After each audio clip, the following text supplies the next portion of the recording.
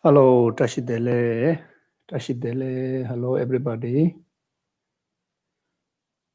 I hope everyone is doing good. And welcome back to the session.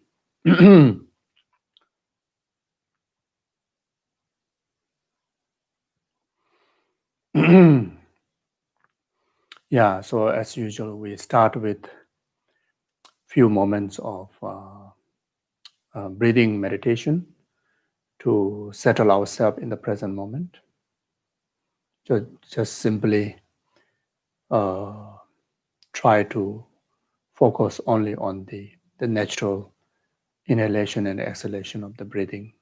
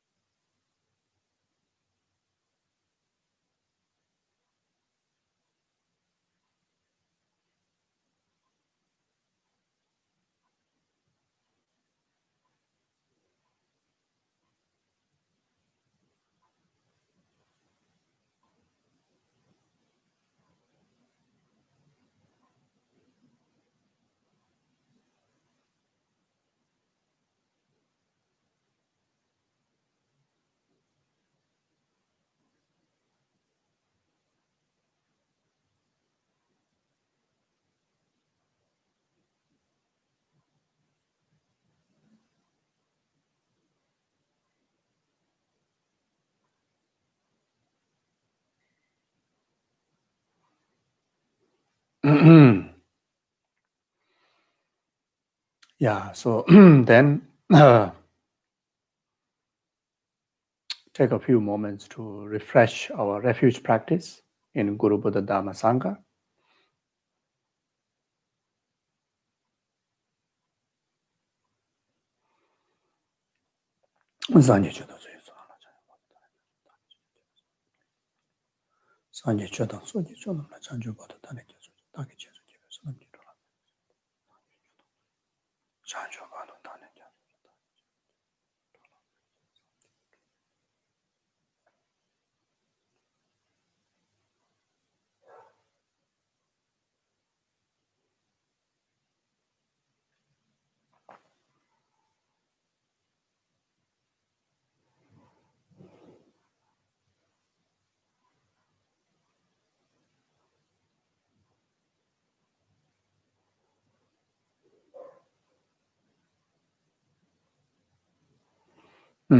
Try to feel the absolute presence of Guru Buddha Dhamma Sangha inseparably from our being.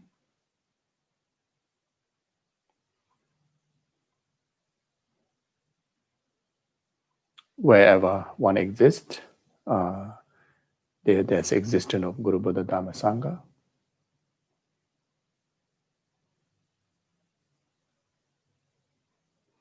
At this very moment, the refuge field, the merit field, are very pleased that we are taking good care of ourselves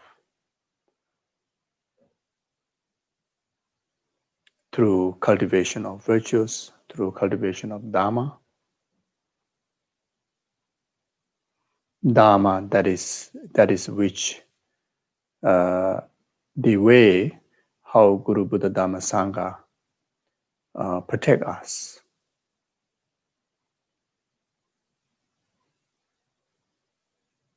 The Dharma wisdom is the one that what means by we are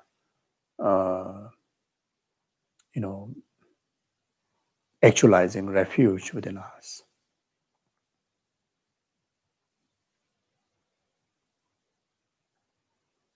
When there's application of Dharma wisdom within our day-to-day life, we are under the complete the protections of the refuge. So therefore,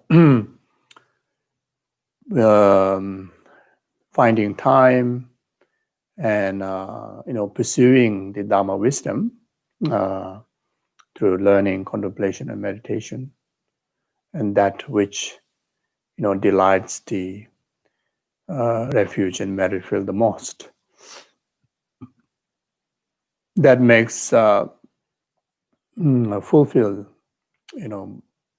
the Guru Buddha Dharma's aspiration towards on us.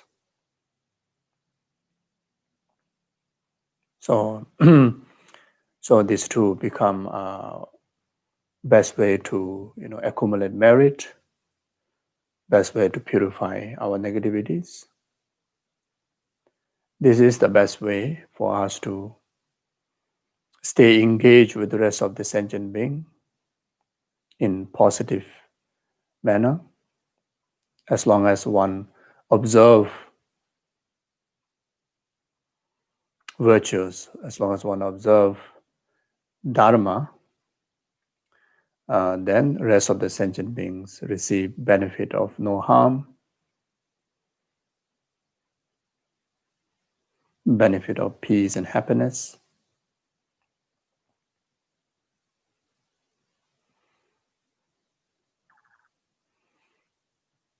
So this being the reality, one should feel that one receiving, immense of blessing, that which again condition us to, be serviceable ourselves, or the right vessel, ourselves becoming right vessel to receive, abundance of nectars, of blessings, realizations, wisdoms on the stages of the path, and all the qualities of the refuge and merit field. So knowing this, feel happy.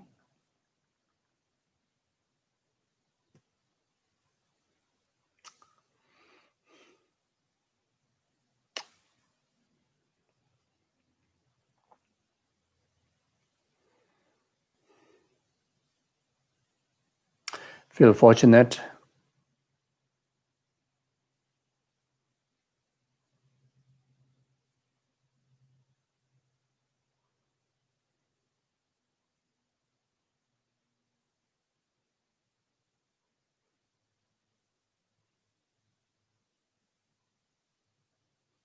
Then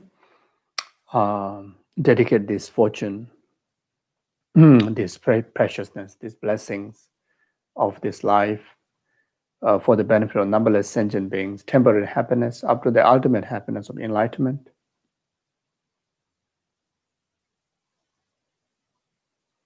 May every single moment of our life, whatever activities that we engage through our body, speech, and mind, especially this very time, the activities of pursuing Dharma, may this session be complete cause for numberless sentient beings, temporary happiness up to the ultimate happiness of enlightenment.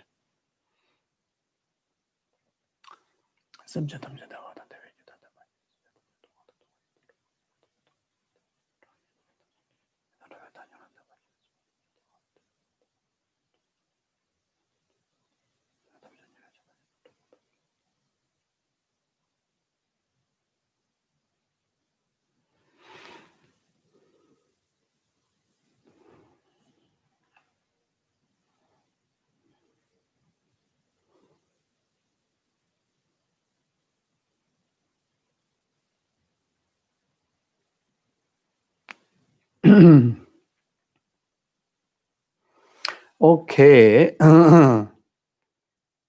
Yeah, so we will continue from the same text. So those of you who are following, using the same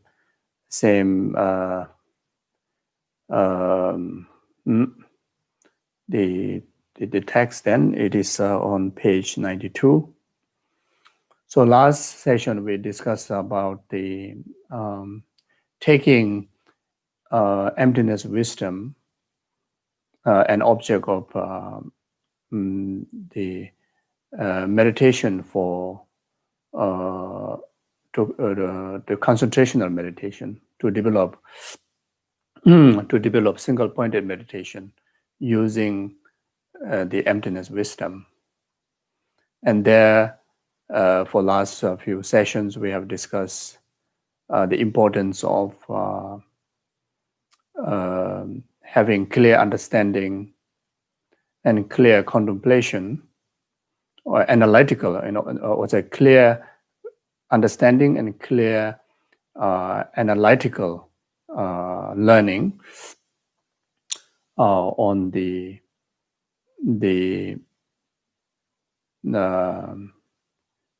definition or the understanding of emptiness on the object, emptiness on the subject, the mind, and the emptiness of the emptiness. And that is important in order for us to in order for us to get to absolute understanding of emptiness, absolute understanding of the selflessness of person, the I, and selflessness of phenomena, the aggregates, etc.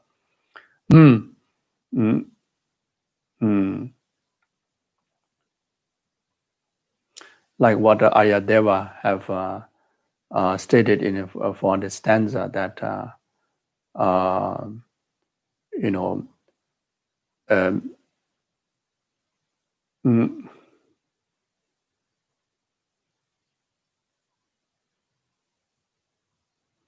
assuming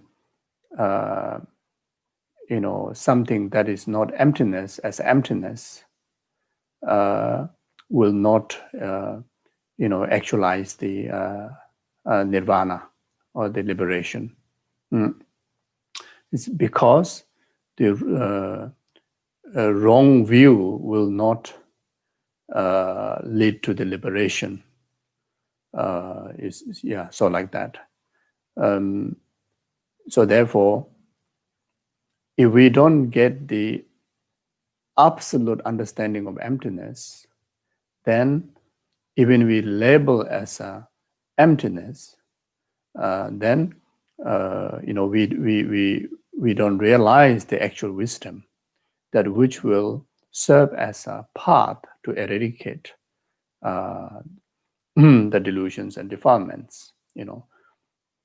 The nirvana or the liberation is only possible, through the negation of the delusion and defilement. So that's what Ayadeva was saying. So you see, so here the absolute understanding of emptiness is referring to understanding of emptiness according with the Pasangika view.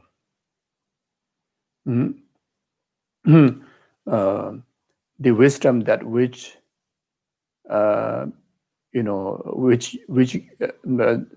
actualizing the wisdom of emptiness, either in relation to self or the phenomena, gaining through the tarat and complete eradication of every aspect of negations.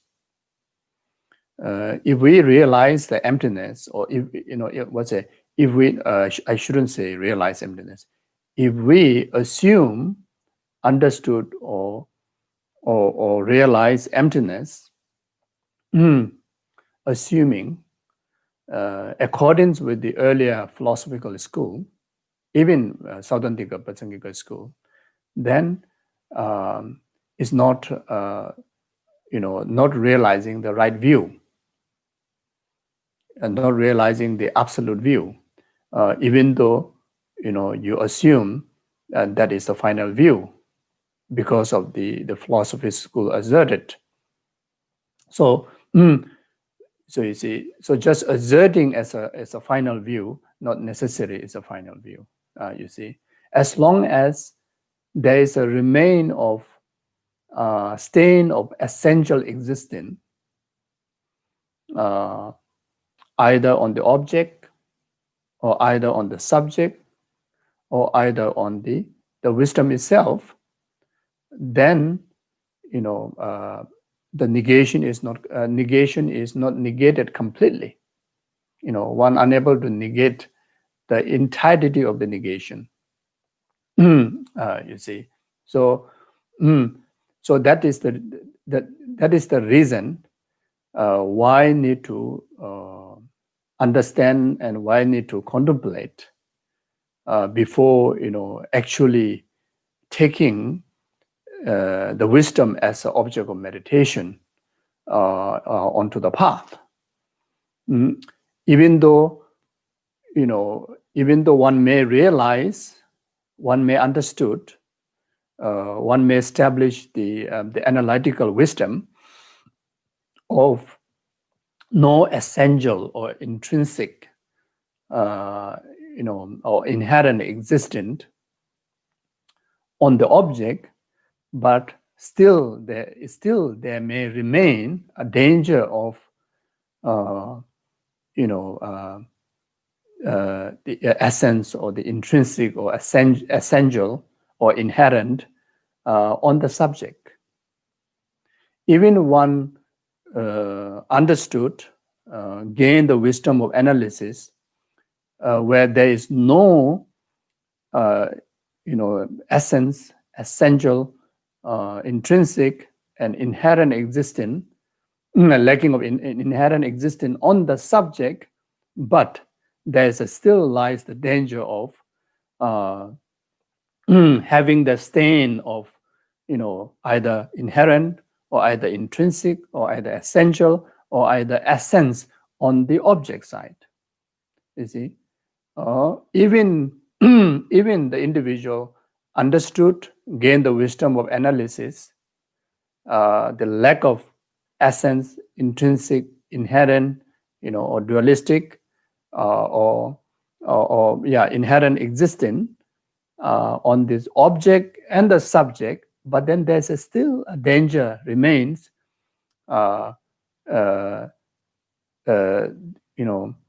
essence or intrinsic, inherent on the wisdom itself. You see, so due to this reason, what I'm saying here, due to this reason,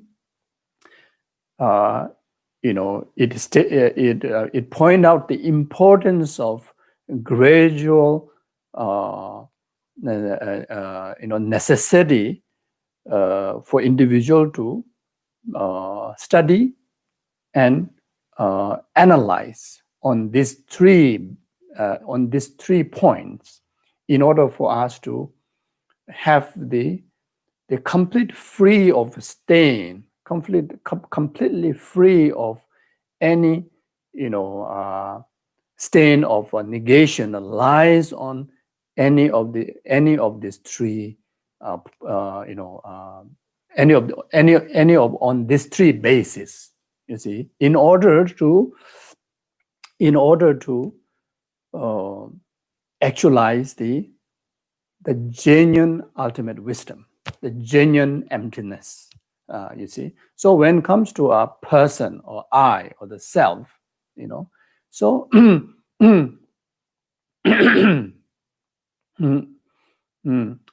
first, you see,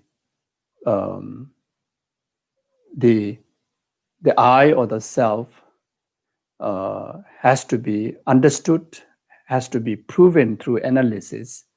It does not exist in essence, or even in a substantially, or essentially, and inherently, or truly or inherently on the objects, or on the objects, meaning on the basis, such as five aggregates, five aggregates. The physical is an example of physical aggregates. Whether I, I is definitely free from, existing in the essence of the physical body. I, it is free, existing in the essence of the, feeling aggregates. I, is free from, free in existing in essence in the, mental aggregates. I is completely free, inherent existing from the mental aggregates. You see, so if I exist, in order to establish I to be exist, if needed to establish on the basis of inherent existence or substantial existence, like how the Saudantika Madhyamika would present. If there's no substantial existence from the basis, then the mind that which going to label as I won't able to establish labeling as me or I. The name cannot be labeled if there's nothing exists from the object side. Yes, like how the Saudantika Madhyamika would present, even though the I, in order to label I from the object side, there's none true existent. But in order to establish I, or existing of me, then you need to have at least substantial existence from any of the basis. So, as far as concerned with the Saudantika Madhyamika school, the mind basis of all is the the substantial existence from the basis. On that, then the labeling mind label as a me, then I exist. You see, so that makes, in order to exist I had to be existing on the basis of substantial existence.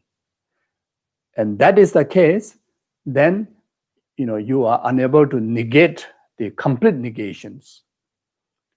Because you're still asserting inherent, because you're still asserting, substantial existence. So therefore, even you regard the empty of true existence on the self, but because of apprehending or asserting, establishing essential existence from the basis, you are establishing inherent existence.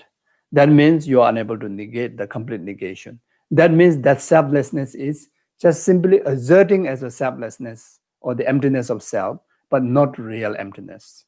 You see? So if you meditate on that, you assert that as emptiness, and if you meditate on that, you're meditating on the wrong view, and that will not lead to liberation. So that's what it means. So you see? So similar way, now when you meditate on the when you study and when you analyze the emptiness of the form, similarly, the form, you have to establish the form empty of all this mentioned, the negation from the object side, like such as this form. In order to establish this form, the basis are the atoms, the cell, etc. From those bases, that you need to actualize the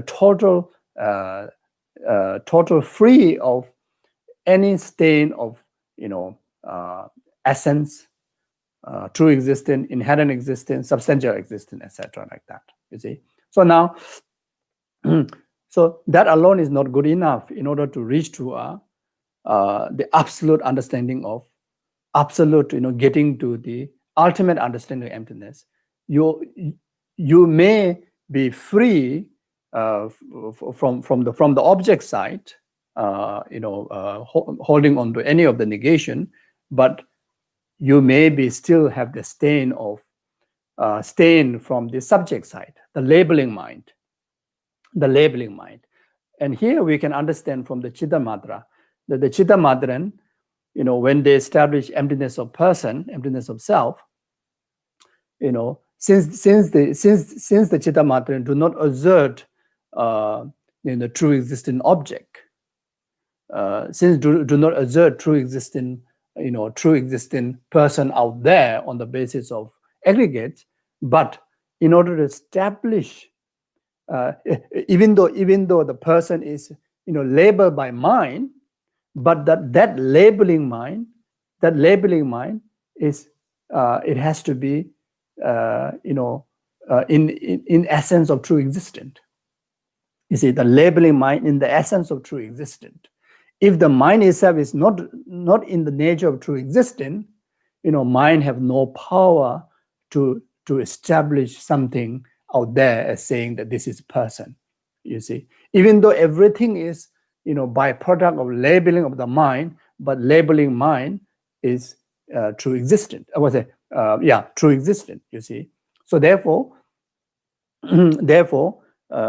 so you see, in order to reach to the absolute understanding of the emptiness of self, then the self has to be free even from the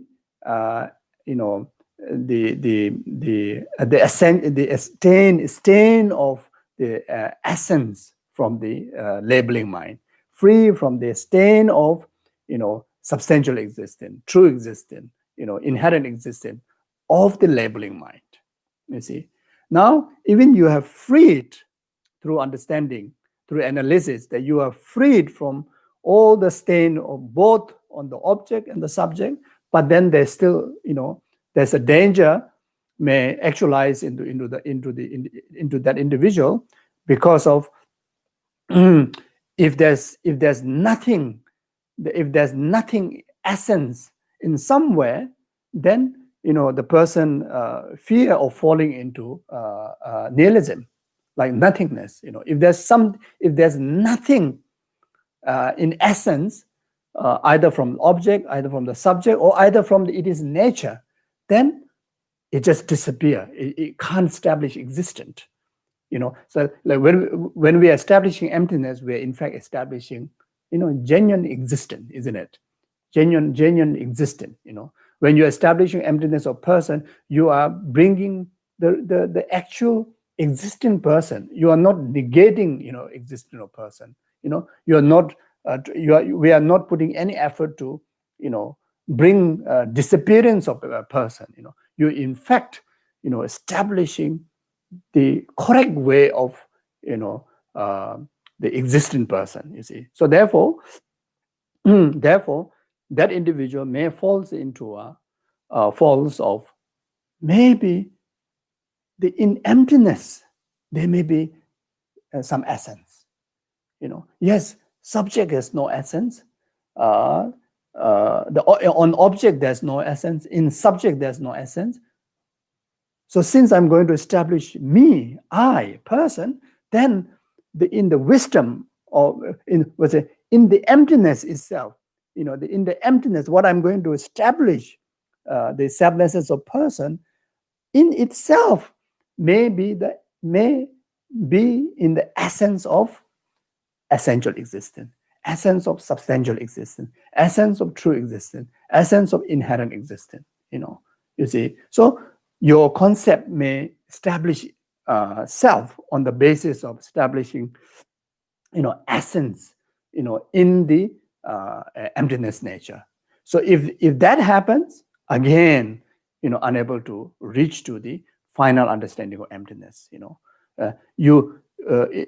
that particular, in relation to this understanding, in that particular individual, you reach to a point of understanding of emptiness on the basis of assertion, on the basis of certain philosophy, but then not reach to the actual understanding of what really is the voidness. You see. So that individual have to establish the the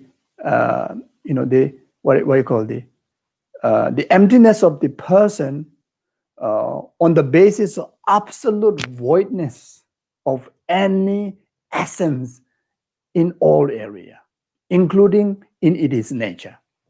So that is the reason what I'm saying, that we have to meditate. We have to squeeze our head, try to get to the thorough understanding. You see, in the word there's not much. You see, even the negation, you present the every characteristic or aspect of the negation that was presented from all the four philosophical school. Still there's 5-6 of them only. There's not many. So as we have discussed before, we try to learn what really is the negation. So that's the important. You see, so that's the first most important.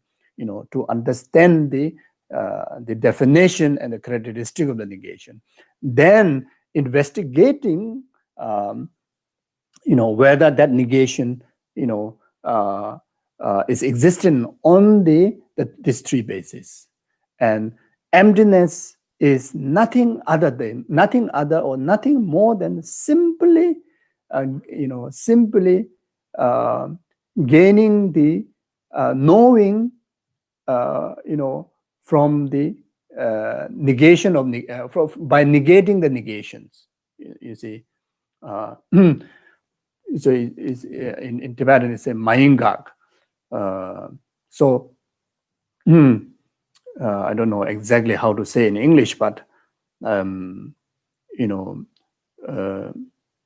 knowing comes.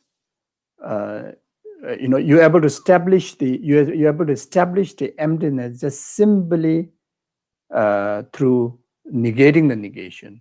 Not by establishing something, miraculous things or something obvious things. The emptiness is just simply getting to the awareness of ending to the negation from the concept or from the apprehension, from the mind, from the understanding. You see. So when we talk about realizing emptiness of the person, it's simply meaning that you're reaching to a point that there's no in your awareness, in your understanding, there's absolute free of any form of negations, the stain of the negation. When you reach to that point, in understanding, then you understood the emptiness of the person. In that point, you conclude the analysis, then you gain the wisdom of analysis. In that point, that you actualize total, stable, spontaneous, untie or cut of any grasping, any form of grasping, from gross to the subtlest form of grasping, to the negation in relation to the person, then you gain the wisdom of meditation. You see, or in another word, you actualize the emptiness, the wisdom, the path. You see, so therefore, the study or the meditation on emptiness is we are not trying to alienate or eliminate existence. We are not trying to eliminate feeling. We are not trying to eliminate emotion. We are not trying to eliminate everything that what comes in our all the objects of the five senses. We are not trying to eliminate that.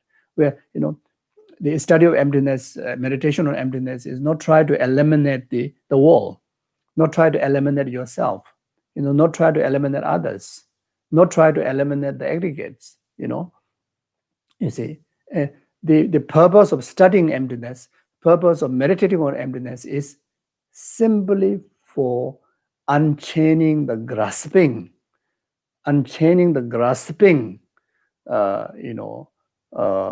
towards all the existence.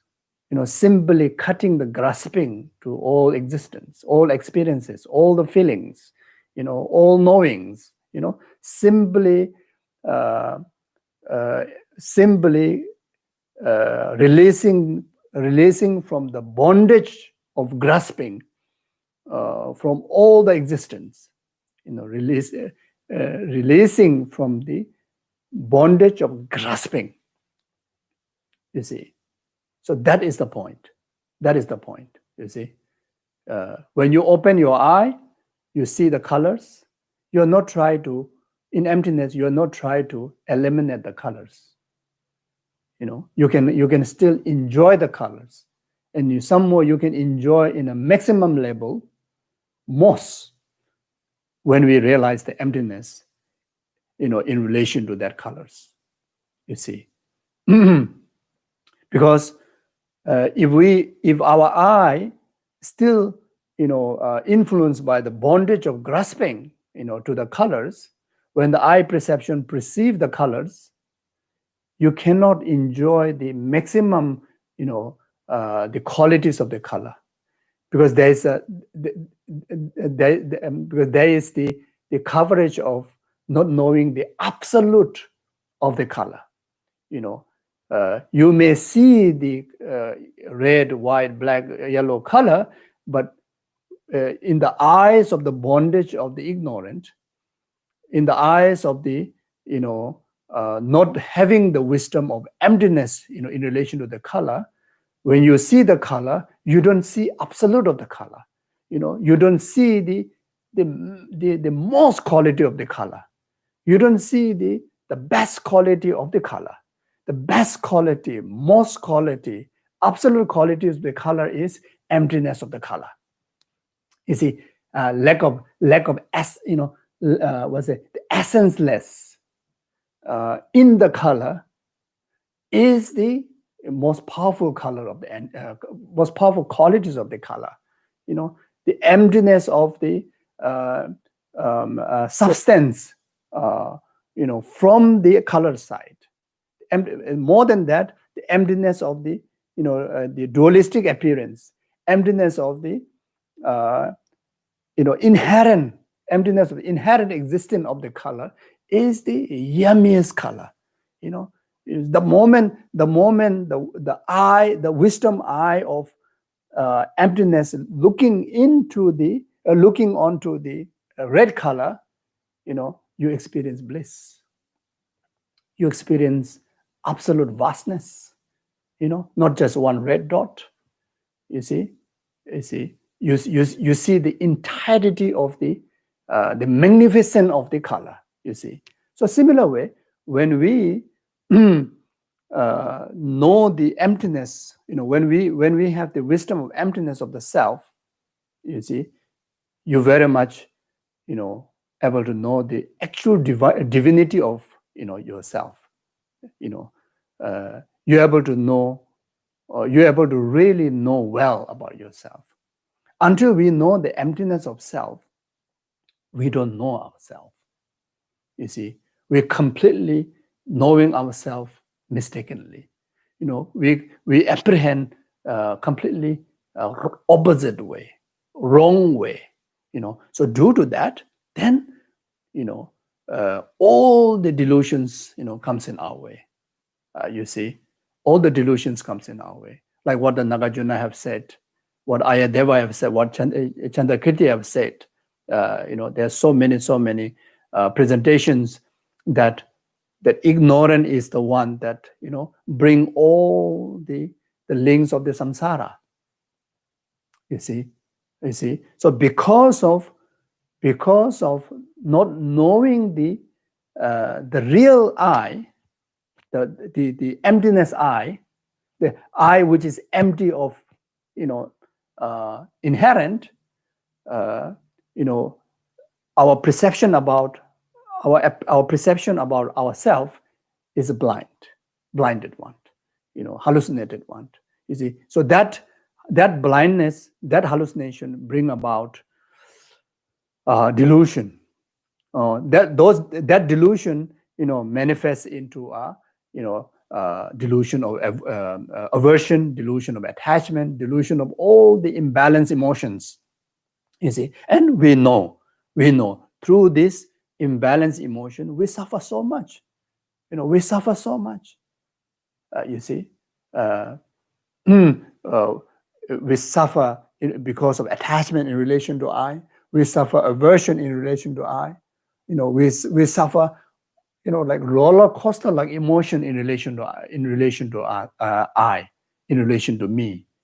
And not only that, because of not knowing the emptiness of the environment of the I, the rest of the existence of the I, or in another word, not knowing the emptiness of the thing that which so-called as a mind. You see, my body, my family, my enemy, my stranger, my this, my that, because of not knowing the emptiness of the environment of the I, we suffer, immensely, in relation to our environments. You see, so therefore, you see, so yeah. So therefore, you see, so therefore, the emptiness is the most powerful, antidote to suffering, most essential practice in the path. Therefore, it is the ultimate path. You see, to the liberation. You see, so therefore, we have to do meditation. Without meditation, even we have understanding and analytical proven wisdom to us, during that period of awareness of having that that understanding, then we are free from suffering. But then when loses that, then again, our samsaric hallucination comes in our way. You see, so the only way to totally be free from the continuous, the torturing in our life by the emotions, our hallucinations, our delusions, is for us to gain sustainable, spontaneous, sustainable and spontaneous realization in the emptiness. And that only can able to achieve through meditation. Is it through meditation, through absorption meditation? You see, so so therefore, those of you, like last week, we had a homework, to do, Tarat meditation on emptiness. Emptiness of the mind, or emptiness of person, emptiness of phenomena, whatever object that you use. Whether you have done the meditation well or not, you can check by seeing whether there's any decreasement in grasping or not. The sign of how well that we have meditated on emptiness is how effective, in decreasing or eliminating grasping. So if individually, like you and me, those who try to meditate, did my meditation went well? You can check. Is there any decreasement in my grasping? Increasement in peace, increasement in the stability or peace in your heart. And we can check that in coming moments. coming days, hours. Have we have to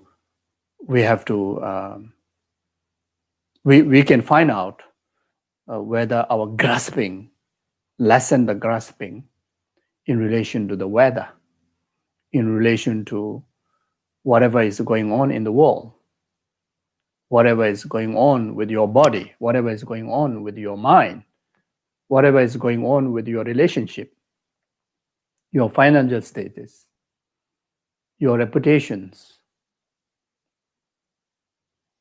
or day-to-day conversations with your partner, with your children, in relation to the food that you taste, in relation to the clothes that you wear.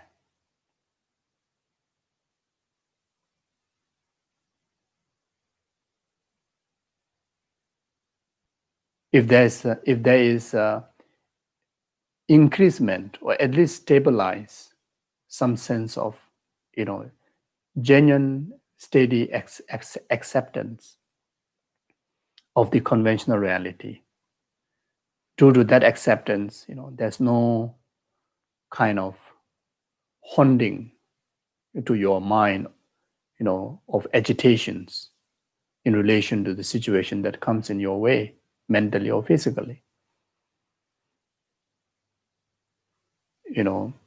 In our day-to-day life, either through message, either through while watching TV, or while talking to somebody, just little tone of the conversation or the news will somehow affects you, good or bad way, affects you, isn't it? Very easy to affect you, isn't it? So the meditator on emptiness now, there is a wise interpretation in any kind of news, any kind of conversation that comes in your way. There's a steadiness in stillness, settledness, acceptance. There's no kind of overreaction. There's no kind of like a spontaneous reaction emotionally. Even there's joy, if you hear joyful news, even you respond to the joyful news, there's kind of like the joy is already exists, pre-existent, and just simply kind of like reveling, but not something like suddenly pop up out there and get excited, explode, not something like that. Very steady, If you hear some bad news, you see, it's not something like, make you smash, right very then. Not like that, it interpret with very steadiness, with full of wisdom of impermanent, wisdom of, and rest of the emptiness wisdom, you see, then doesn't intrude into the settledness state of yourself. It's very much like able to purify it, purify in between before reaching to your emotion. You already get purified with the wisdom. So therefore, again, you're able to sustain your steadiness in the peace and the settledness. You see. So yeah, like that.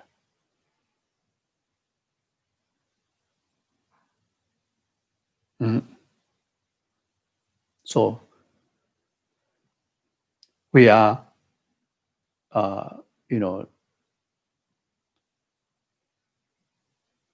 studying emptiness, contemplating emptiness, meditating on emptiness. We need to watch out whether there's any progress or not by examining our own mind, whether there's a decreasement of grasping or not, and whether there's an increasement of stillness and peace or not. Because as far as concerned, as I mentioned many times, the word, the amount of description is very little. So therefore, not by reading so many scriptures will make ourselves to gain the realization of emptiness. How many pages we read, how many different explanations we read, there are a few words that we just have to circle within that. But yet this topic is the most profound topic, most complicated topic, most beneficial topic, most essential topic. You see. So now, to get to the point is, go through a basic, the prerequisites explained before, the understanding and the contemplation, the analytical contemplation, then is to meditate. You see, only through meditation, we will reach to what really means by emptiness. What is the actual taste of emptiness? You see.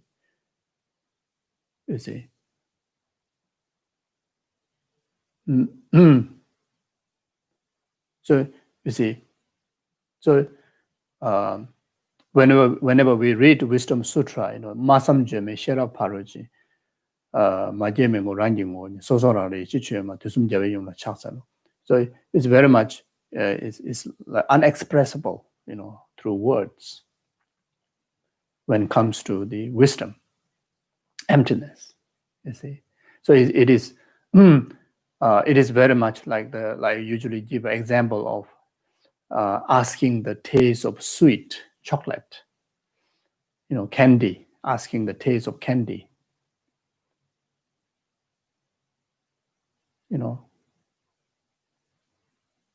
You can explain very much what the taste of candy. You can say it is not bitter, it is not sour. Of course, you will say it is sweet, but it's the question is what is the taste of sweetness? And you say, it is sweet. It is not bitter, it is not sour, it is not this, it is not that. You see, you can get some descriptions, but the actual taste of the sweetness is only when you put candy on your tongue. Then you say, oh, I see. But if someone asks you to express that sweetness, again, you have a limited in the word. You see. So therefore, similar way, emptiness, emptiness very much can explain, even in the understanding and even in the realization, is very much simply the wisdom that which you gain through negating the negations alone. That's it. It's like the sweetness of the candy is very much you experience because of gaining the wisdom of negating the bitterness, the sourness of those tastes in the candy. Then you establish this particular taste means it's a candy's taste. It's a sweet taste. So similar way. So the sweetness of the emptiness of the person or emptiness of anything, you have to what do you call, put onto your tongue plate. Similar way, you have to meditate. You see, so you got some basic understanding, and now you have to meditate. You see, you have to bring to absorption meditation. Not just analytical meditation, absorption meditation. You see, so analytical meditation, absorption meditation have to combine together. Combine together doesn't mean that you meditate in one session, same thing. You have to do analytical meditation sometime. You have to do absorption meditation sometime. If you miss one, we cannot get to the point.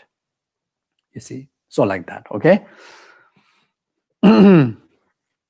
So the the homework continues.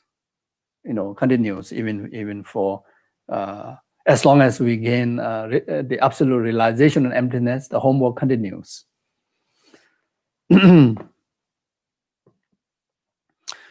Okay.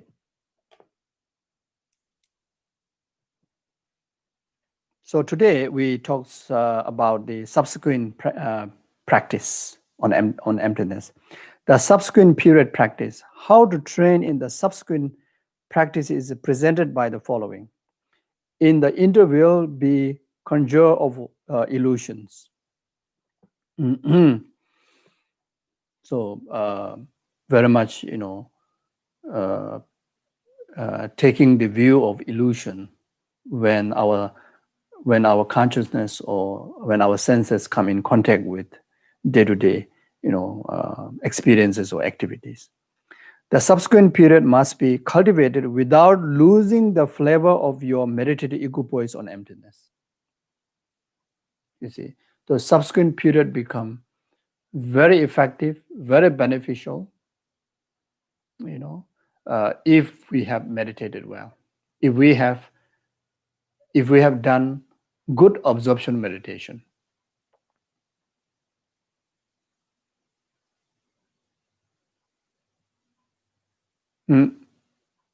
Otherwise,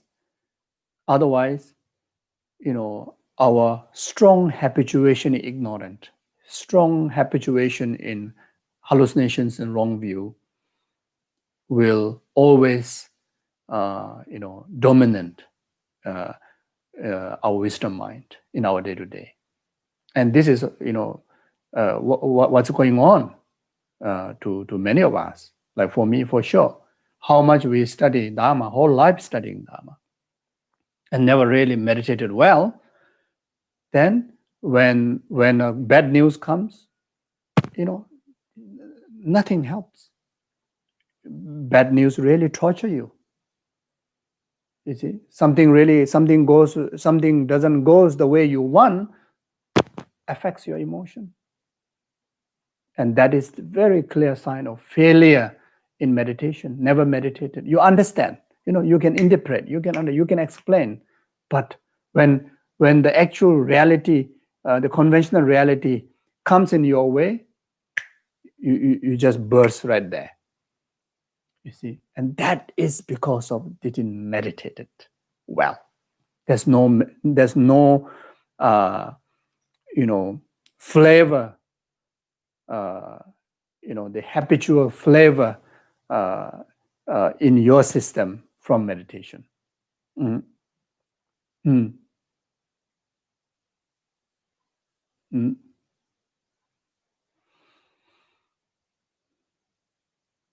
So you see, so it's a daily,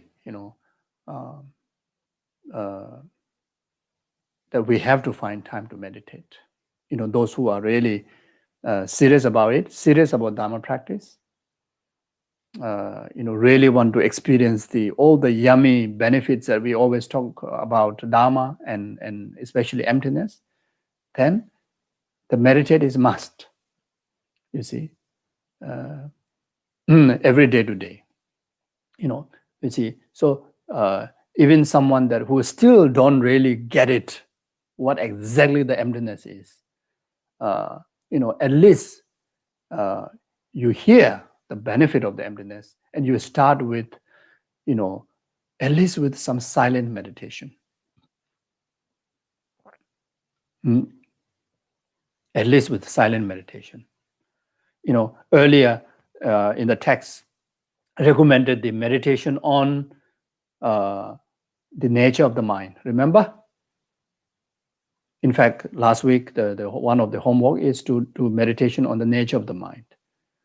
If we are able to understand the ultimate nature of the mind, the wisdom that you gain on emptiness of the mind through learning and through analytical observation, then you meditate on the ultimate nature of the mind. If you are not up to there, at least meditate on the conventional nature of the mind, which is clear and cognizing, nothing else. Like absolute clear and cognizing, like the space. luminous, clear cognizing, and try to do an absorption meditation. Single pointed meditation here is simply rejecting, or simply focusing on one object with what's it, simply focusing with the single pointedness, on the on the design qualities, on the design object of meditation, which is clear and cognizing, or clear and luminous and cognizing. So simply just focusing on that. That means, for that meditation, your avoidance from any other thinkings, any other thoughts, any other ideas, any other concerns, just simply luminous and cognizing. So in another word, it's just simply in one awareness, that awareness of that, like knowing, but not exaggerating, not interpreting what knowing, how knowing. Simply there is a sense of knowing, because there's a mind. Knowing the mind itself is a knowing. You see, knowing of you're simply being aware of knowing itself is focusing on the mind. You see, just simply remaining within that paramita. So that, focusing on the conventional nature of the mind. Okay. In another word, is even some individuals still have a difficulty to meditate on the conventional aspect of the mind, conventional nature of the mind, then simply focus on the silentness, the awareness in the silentness, awareness of silentness. Silentness here is silent of silent from any activities of the five senses, silent from any activities of any thoughts. It is hard for individuals when the first time you start to do that, because of our strong habituation of busy mind. You see, so at least in the best is in the morning, before we start our activity, just take 1 minute, 2 minutes, 5 minutes, just do silence, focus on the silentness, or in another word, meditate on the in the silent. If you do early morning, then environmentally, there's not many noise, and all the activities are not started yet. So still there's some kind of quietness there. So you see, so it's easy for to stay focused on the quietness from all the working mind.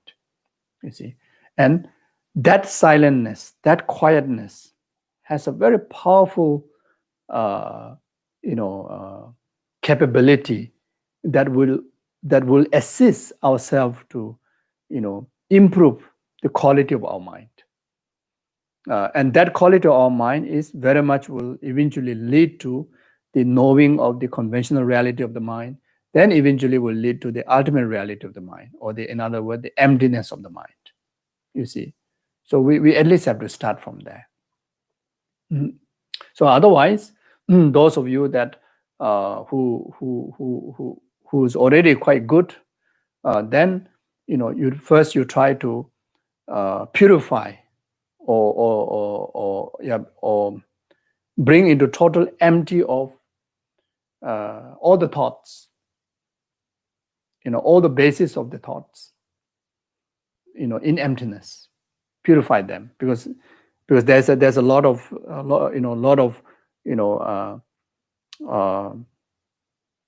awareness there, isn't it? That awareness is very much conceptual awareness, hallucination awareness, you see. So in order to reach to absolute voidness, so you need to seize them. So you purify them. You try to bring one by one into total empty. Then in that voidness, try to remain in meditation. So for beginner like me, because of eons and eons of past lifetimes, almost entire existence, always influenced by hallucination of grasping, inherent grasping to existence, etc. There's a very strong, stubborn, rigid, like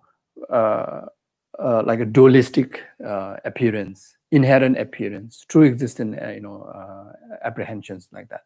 So therefore, as a beginner like me, in order to overcome that, then train your mind by starting to meditate on absolute voidness. Like as mentioned before, try to purify all the awareness and existence, the ordinary awareness existence into empty, and try to remain in that total emptiness, total empty state, voidness state. And that help us to slowly, untie the strong, the knot of the grasping.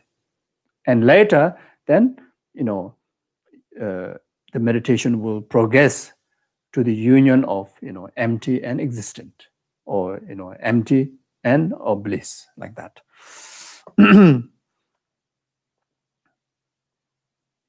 So therefore, even though perceptions of the self and others are external environment and the being within it and so on arise, it is your delusion that cause your delusion that cause. Okay, it is your delusion that cause non-existent thing to appear as existing. In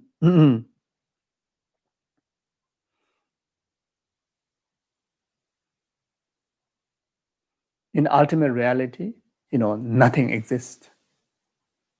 We already established nothing exists on the object, nothing exists on the subject, nothing exists even in the emptiness nature, isn't it? So whatever the conventional experiences that we experience, whatever you see, whatever you taste, whatever feeling and understanding that we have, including samsara and nirvana, everything is function in the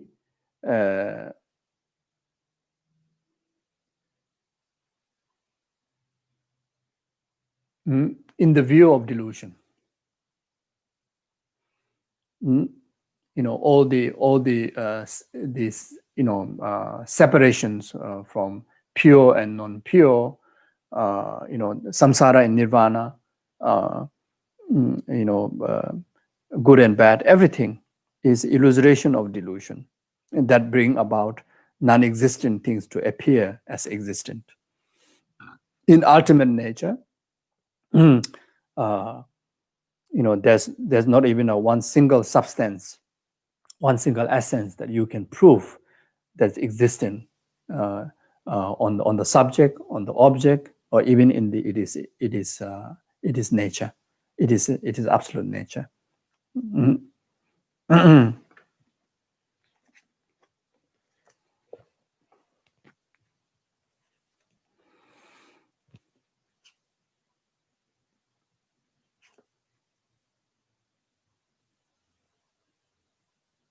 Like what the Ayadeva's 400 stanza says, all of this is without its own power. Therefore, there's no self. No self in the person, no self in the form, no self in any phenomena.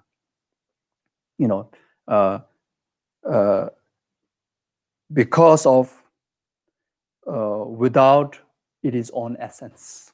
Because of that. It is that which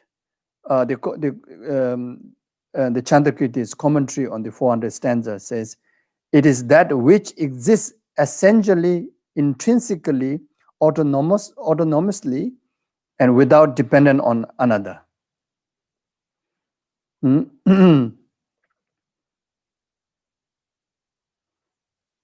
So these are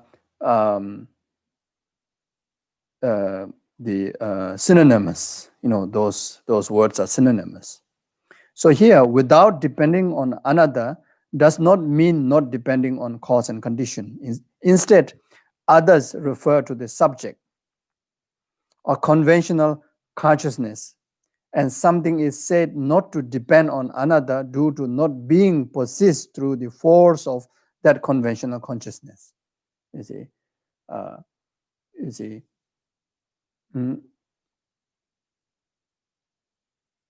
So we, in order to reach to our absolute emptiness, we even have to come to a point of releasing the thought or the idea or the grasping of, dependent on something. And that dependent on something is not talking about, the actual meaning of dependent arising, what the Pasangika would interpret. The dependent here is dependent on, something has to be on the basis or on the either on the object, either on the subject, or either on it is nature in order to establish existence. We have to come to a point that until we relinquish that dependency. Therefore, autonomously refer to the nature of an object that has its own unique ontological status or manner of being. The autonomously, refer to a nature of an object that has its own unique ontological status or manner of being.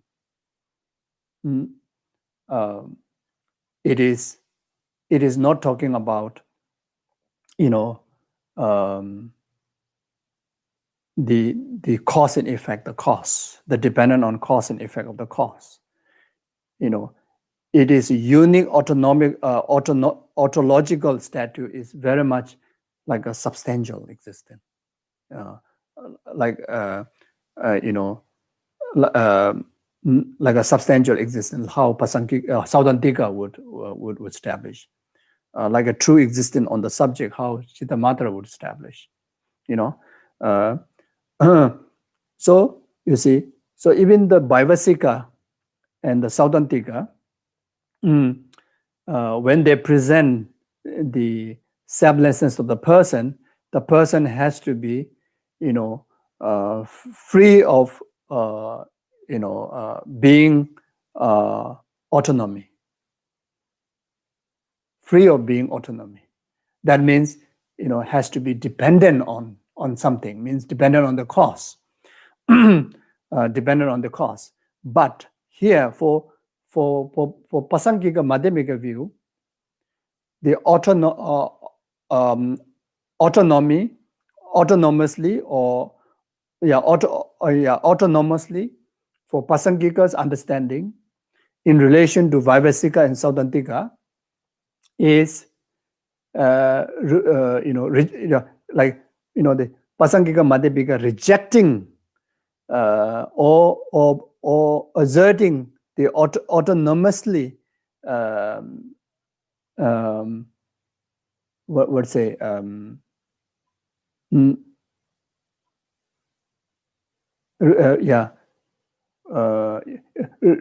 refuting the Vaivasika and Vaivasika and Saudantika's understanding of emptiness, understanding of the selflessness is very much negating the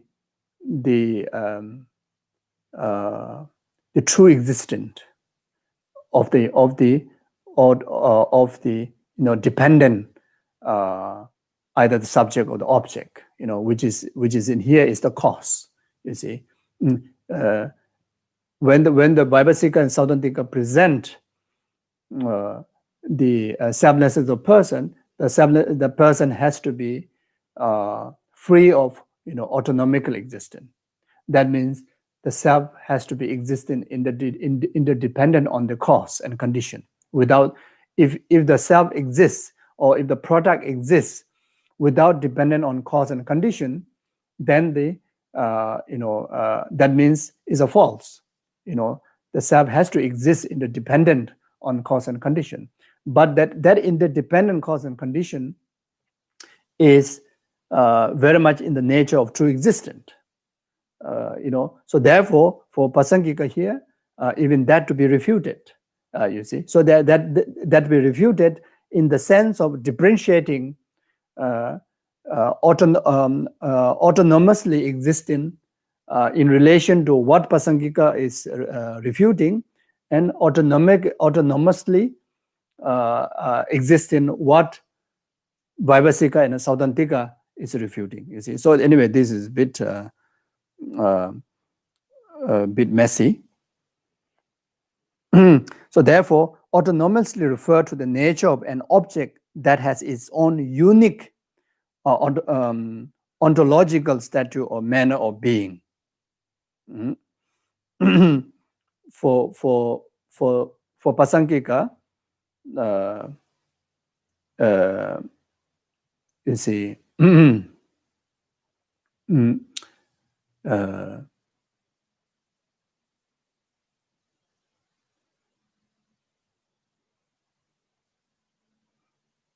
it's no, yeah.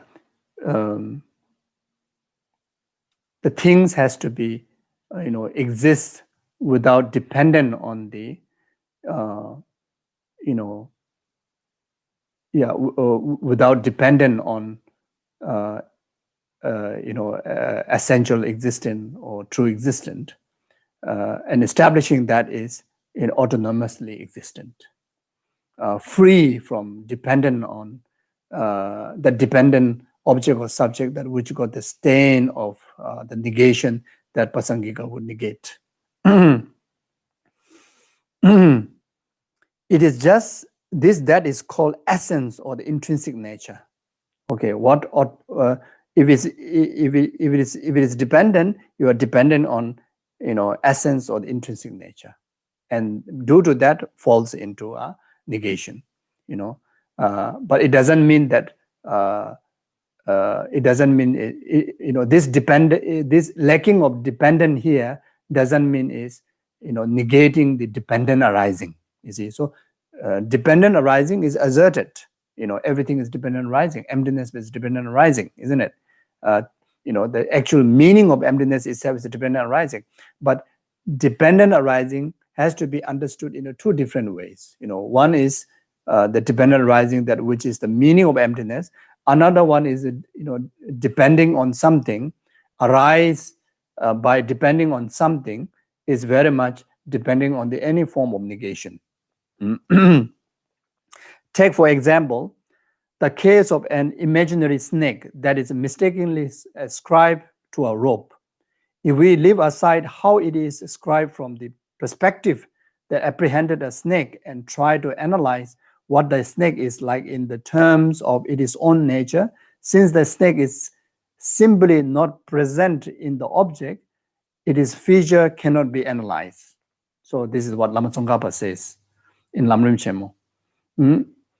So, the apprehension of I is like similarly, it's apprehension of I, apprehension of mind, apprehension of anything, it is exactly, in reality, is exactly like how the person that who, apprehend snake to the curl rope, curl rope in the dark, in a down or dark place, curl rope as a snake, and you apprehend as a snake.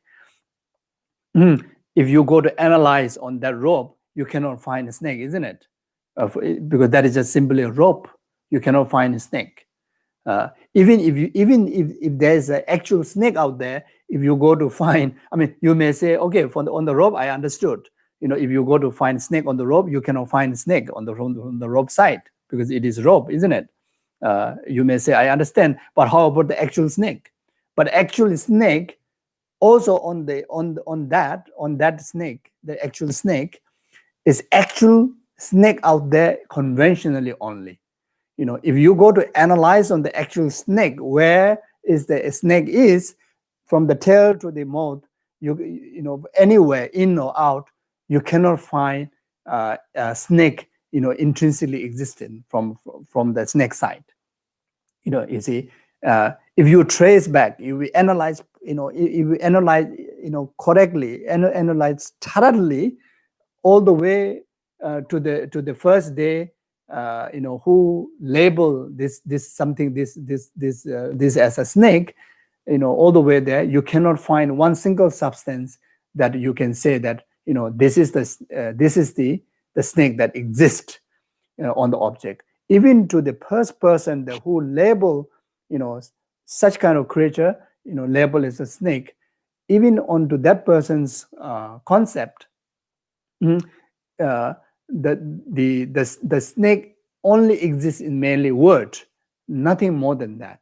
That word defined by many different reasons to give a particular name, to give a name called snake for a particular phenomena, a particular animal.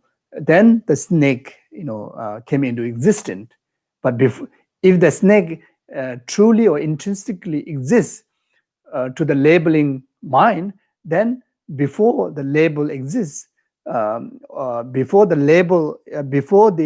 the idea of this labeling snake comes in that person's mind, the snake has to be exist before that. But before that, there's non-existent, you see. So that goes similar when you analyze anything, about self. The grasping to self, apprehension to self is very much similar, like on the coil rope, apprehending as a snake and get frightened of it. You get delusion about it. A similar way. If you go thoroughly investigate, all things are like that. That's what Lama Tsongkhapa was saying here. It is similar with regard to this phenomena. So any phenomena, it's similar to that. Suppose that we leave aside analysis of how they appears to the conventional awareness, and analyze the object themselves, asking what is the manner of being of this phenomena. If you ask this question, what is the manner of being I, me? What is the manner of being my body, or my anger, or the anger, emotion, whatever? We find they are not established in any ways. They're not established in any ways, any ways on the subject, on the object, even in it is absolute nature. So without any doubt, so this Chandrakirti's commentary on the 400 stanza says, without any doubt, what exists only through the presence of conceptual thought and does not exist without conceptual thoughts, definitely does not exist essentially, as in the case of snake that is imputed to the coil rope. So like that. So one thing that must keep in heart, the actual definition of emptiness, what the Chandrakirti says. What the Chandrakirti says in it's a 400 stanza, that what exists objectively in terms of its own essence without being persisted through the power of subjective mind is called self or intrinsic nature. The absence of this quality in a person is called the selflessness of a person.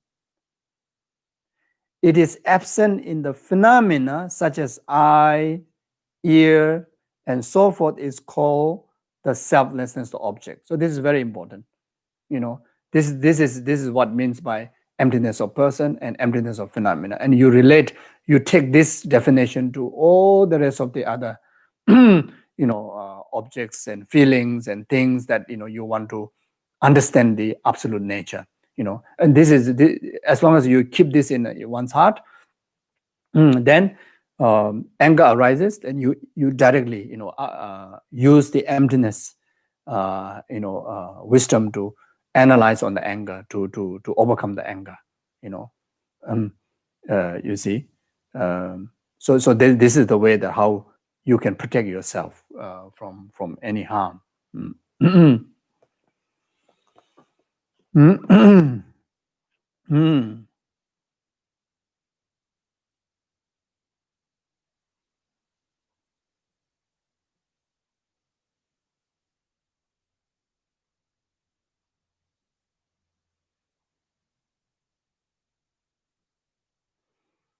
So Nagarjuna's 70 stanzas on emptiness says, the teacher said that ignorance is the conception that in reality things are produced uh, from cause and conditions.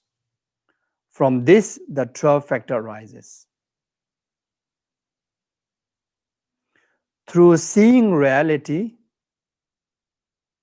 you know that things are empty. Ignorance does not arise. This is the cessations of ignorance. Yeah. So, so on the basis of this understanding, then contemplating such thing as now we go back to the Lojong text, contemplating such thing as it is indistinguishable from illusory horse and elephants, relinquish clinging to substantial reality. So, with all this above mentioned understanding, then contemplating in relation to whatever situation comes in your way. Such things indistinguishable from illusory horse, elephant, relinquish clinging to the substantial reality. So, like that. These are example, the illusional elephant, illusional horse, does not exist from there, but then with different cause and condition, it actualizes it. So by understanding that you have no clinging onto it, isn't it? Like the magician have no clinging, onto the magic horse or magic elephant, because the magician know, this is just a magical elephant, magical horse, So therefore, everything that appears in our perception, every experience that comes in our way, is similar, like the magician's elephant, magician's horse, like that. It only exists in the delusional mind. It does not exist in reality, in absolute reality. It just exists in conventional reality, but it does not exist in absolute reality. Although you perceive yourself in terms of your five aggregates, you are but an appearance of the mere aggregations of dependently originated thing. Apart from this, no self possess an eternal and unitary nature. Eternal, like what Ayadeva says in 400 stanza, all of this is without its own power. Therefore, there is no self. Eternal. There's no eternal nature. The self do not possess eternal nature. Self do not possess, self power, self essence. You see, like that. Then self also do not possess unitary nature. Self do not possess any essence from the object or the imputing subject mind, or even in the nature, as we discussed many before.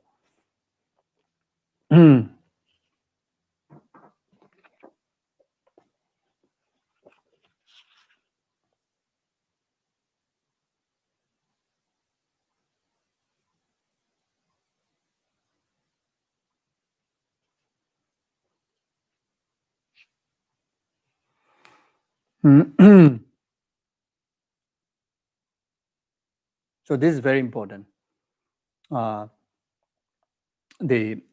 understanding of this no self possesses an eternal and unitary nature. So this is very important understanding, a very important meditation You see, many of the earlier philosophy, as I mentioned before, is the same understanding. They're caught up with either having the falls of having eternal essence or unitary essence. Because of that, unable to reach to the final actual understanding of emptiness. You see, so even non-Buddhist philosophers that who also very much establish self based on the eternal essence. Like even those who believe in Atma, there's a the eternal essence is ultimate and being permanent of the Atma. That's why you're able to establish person onto it.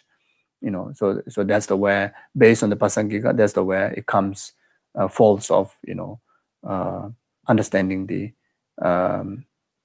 no self.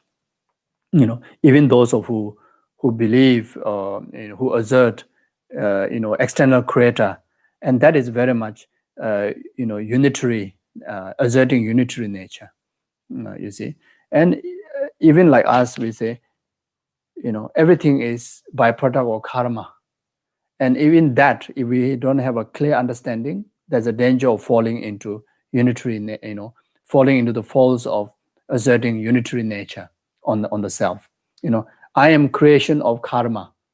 You see, as if in the karma there's an essence, there's a substance or essential in the karma to produce you. We do say that I'm whatever happens, whatever comes in our way is byproduct of karma. It's very much like kind of dependent. That's why earlier, very important, the differentiation between dependent arising and negating dependent on something. You see, so here we establish many things in relation to dependent on karma.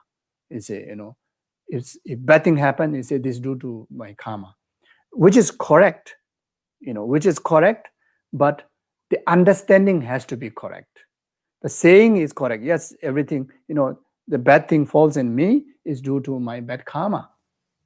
But if you analyze it, there's a, for some, that karma is, that negativity is very much, lies in the, essential existence, or lies in the, unitary existence, or there's some, negative essence in the action, negative essence in the action. And due to that, I'm suffering. Therefore, I say that my suffering is byproduct of negative karma. You see, so saying is correct, and therefore understanding also has to be correct.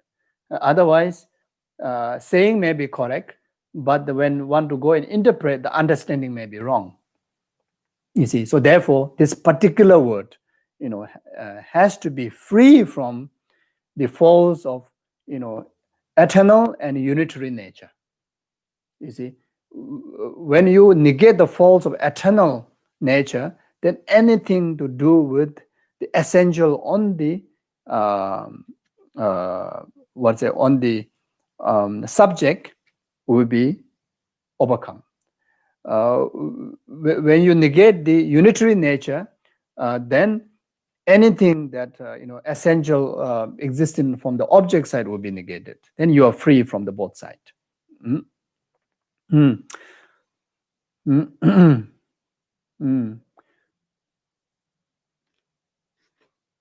Then contemplate and see yourself as an illusory person who engage in the activities of going and coming and interact with objects. Do not remain blank. So when we talk about being aware of emptiness, is here very clearly said, do not remain blank. That's no use. that's no, that's ignorant also. So So the emptiness mind is actually is a very, very sharp, active mind. Thinking, you say, so do not remain blank, thinking nothing, but instead be sustained by mindfulness. And the instant something appear to the senses, think this too is illusional-like. It is dream-like.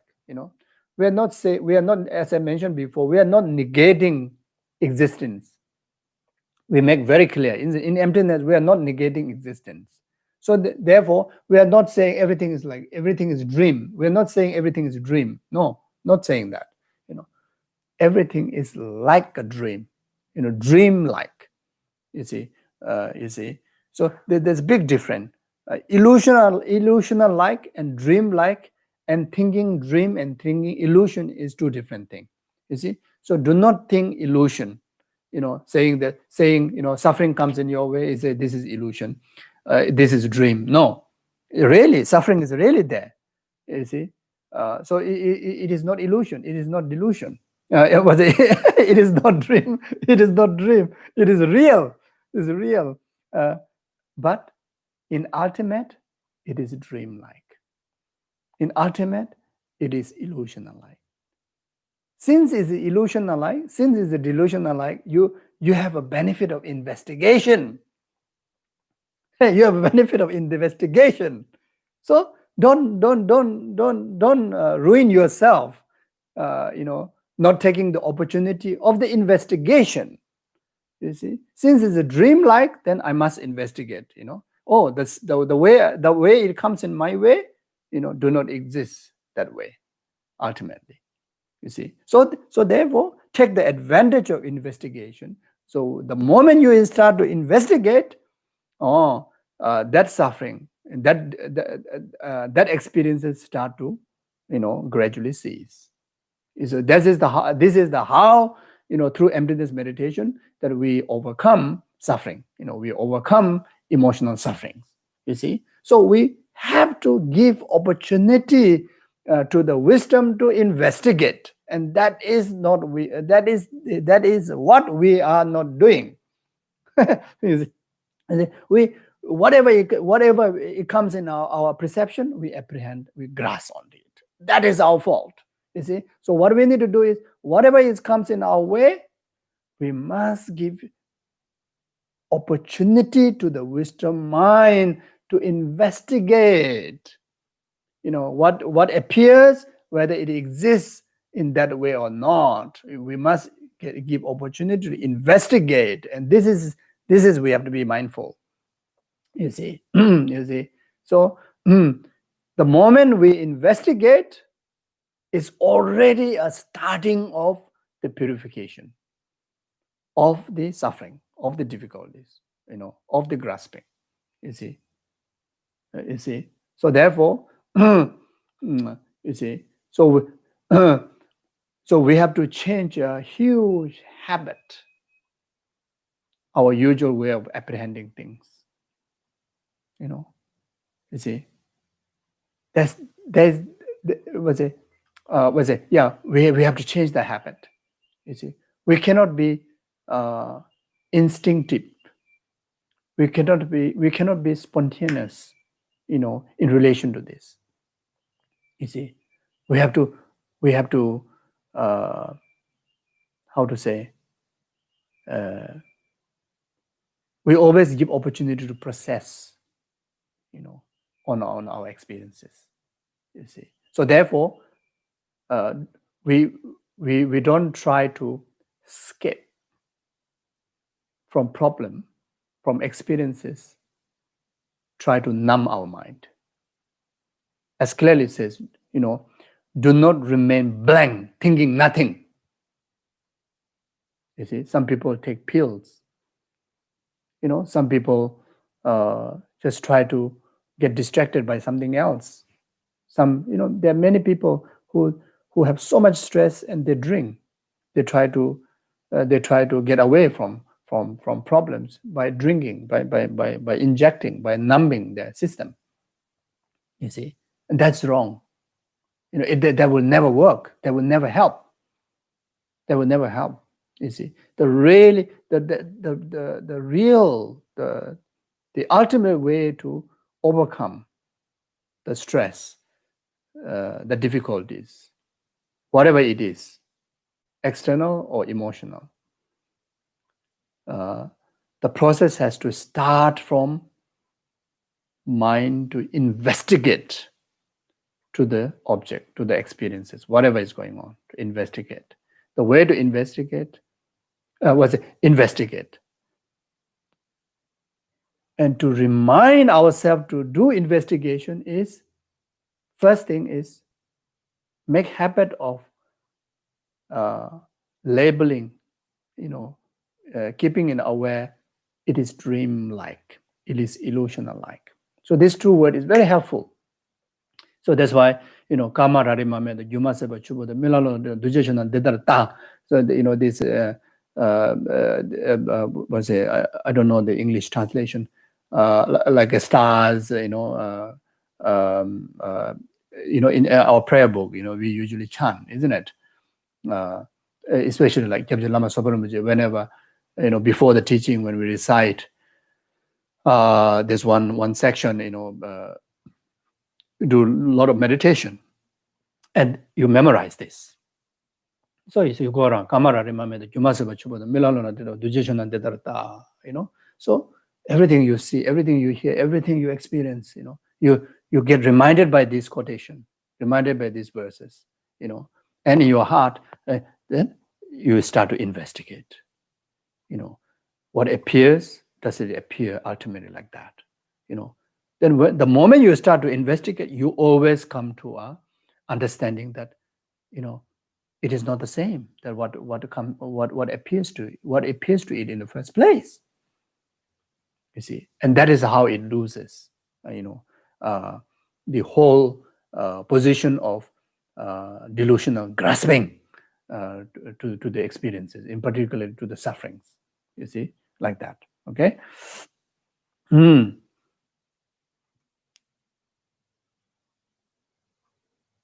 In this way, you experience object by relying upon such edge as well. In this way, you experience object by relying on, such observations or investigations, analysis, like that,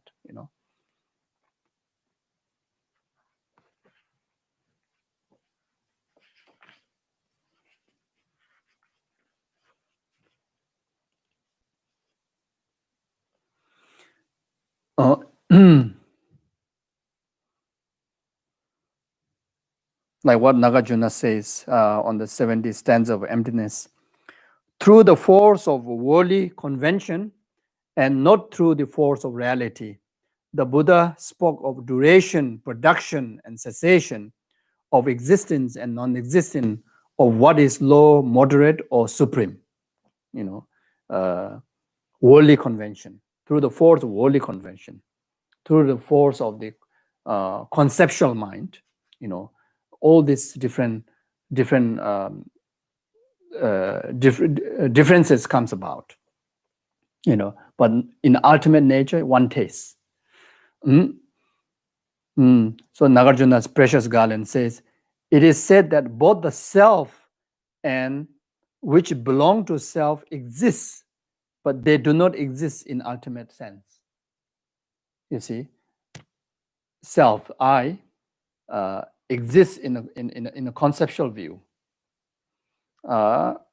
My body, the body aggregates my things, like family, friends, relatives, etc., and all my emotions, like negative emotion, positive emotion, everything exists in a conventional, conceptual, presentations, but in ultimately do not exist. That differences. In ultimate, all these are in one taste. You see. How can something be true when the seed that produces it is false? You see, ordinaries, perceptions are regarded all ignorant, all are false. So we as ordinary, our perception is a false perception. then how can be the result, like such as, the experiences comes from those perceptions, can be right? You see, how can something be true when the seed, producing it is false? You see, the hallucinatory mind is the seed, the ignorant is the seed, the delusion is the seed, and that using the lens of eye, ear, touch, etc., thinking, etc., then the result of that, won't be positive because the seed is false. You see, so therefore, as mentioned before, the samsara is a byproduct of ignorance. Simply produce and disintegration appears in the illusory words, but ultimately there's no production and no disintegration. You see, so production and disintegration. Even when we talk about purification of negative karma, purification of samsara, everything comes in the illusory words. In the illusory world. Sorry, in the illusory world. In a conceptual world. You see. Progressing from the path, actualizing, liberation, all this comes in the illusory world. In the ultimate, there's no production, there's no disintegration, no production or liberation, no disintegration of samsara. The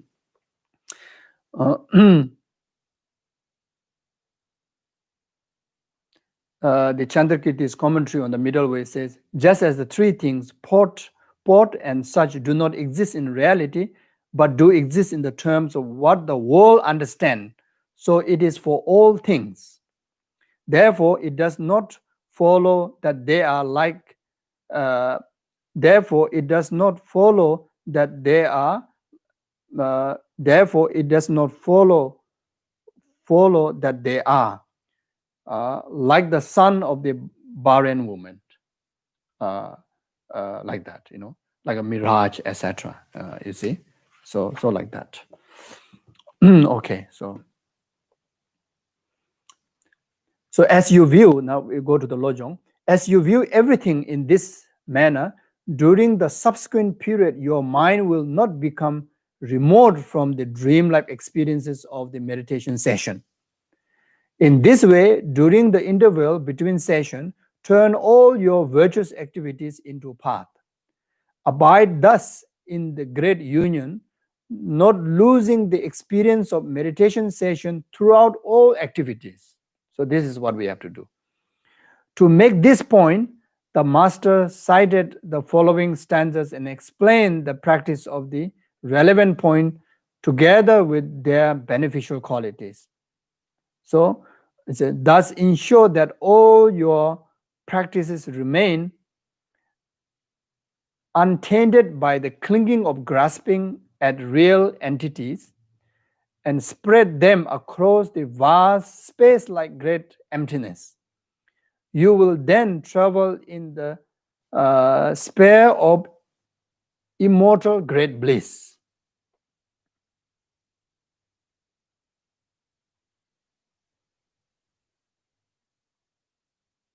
Yeah. So like what Buddha Palita said, a commentary on the fundamental treatise, seeing what is not real, you are bound. Seeing the real, you are free. So that's it, like that. Okay, so thank you. So I will stop here. And sorry for taking a lot of extra of your time. Okay, so now we do short meditation.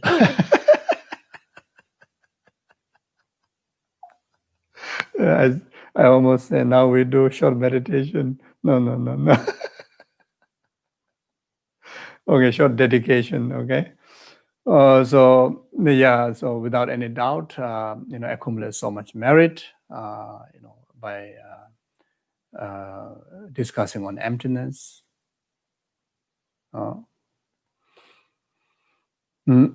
Also the merit that accumulated through all the altruistic motivation that we set, and also the vast merit accumulated through rejoicing all the past, present, future Buddhas who have achieved, stages of path, including enlightenment, due to realizing emptiness. May all this collective merit be complete cause for numberless sentient beings' temporary happiness after the ultimate happiness of enlightenment.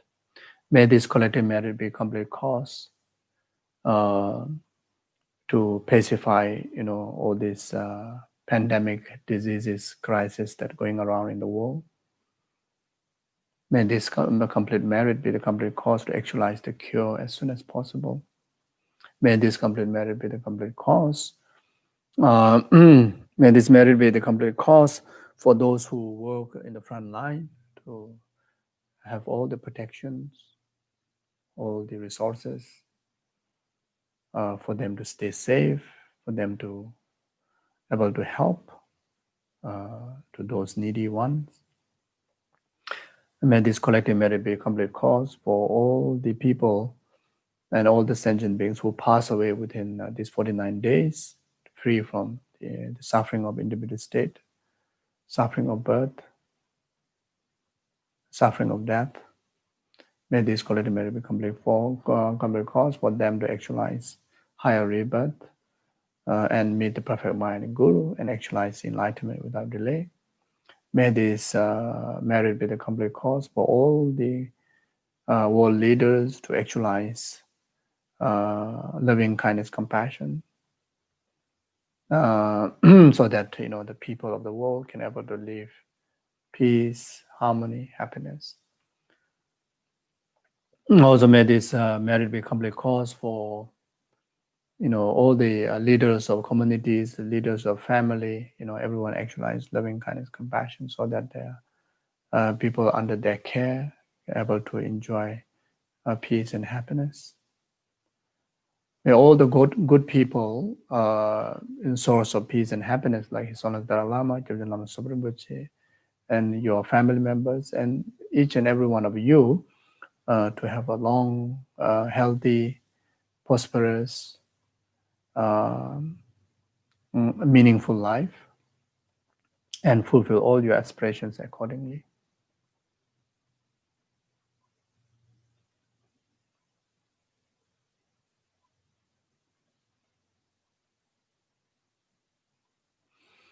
May this merit be complete cause for each and every one of us and the rest of the other sentient beings,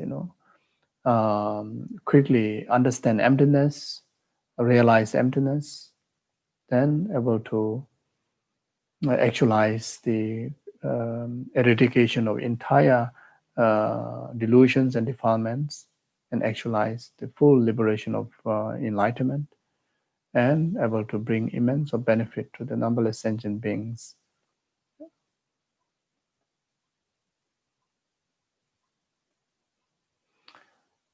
May everyone's days and moments be auspicious.